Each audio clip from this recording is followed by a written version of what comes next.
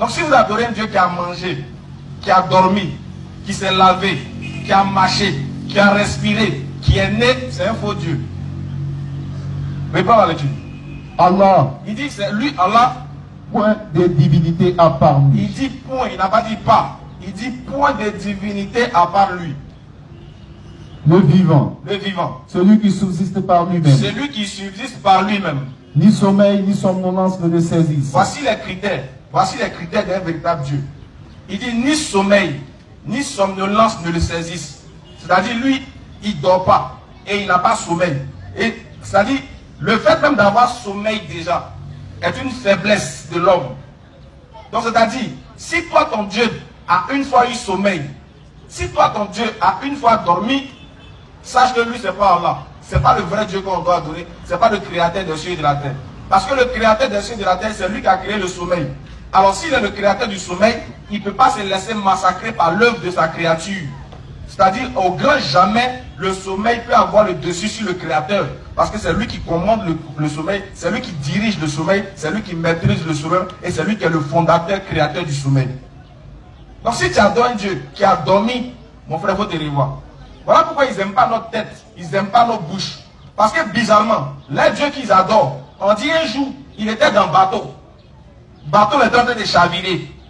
Les dieux dormaient. Les disciples disent, pardon, il faut te réveiller. La mer est en train de nous faire, en train de nous créer des problèmes. Voilà Dieu qui dormait. Les disciples sont venus le réveiller. Mais imaginez-vous, Dieu dort. Qu'est-ce que Satan est en train de faire? Si Dieu dort, Satan fait quoi?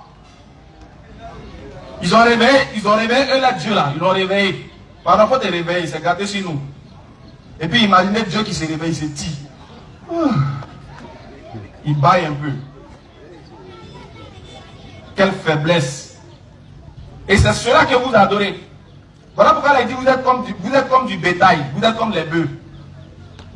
Vous dites que vous êtes intellectuel, mais vous n'avez pas la sagesse de l'intelligence qui va vous amener à connaître le véritable.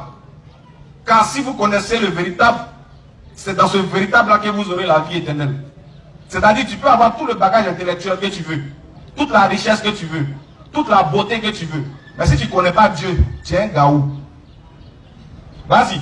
À lui appartient tout ce qui est dans les cieux et sur la terre. Dieu dit dans le Coran que lui, c'est lui, à lui appartient tout ce qui est dans les cieux et sur la terre. Il dit tout ce qui est dans les cieux. C'est-à-dire il y a des créatures qui sont dans les cieux, il y a des vies qui sont dans les cieux, que toi-même tu n'as pas connaissance. Il dit c'est à lui qu'appartient tout. Ce qui est dans les cieux et sur la terre.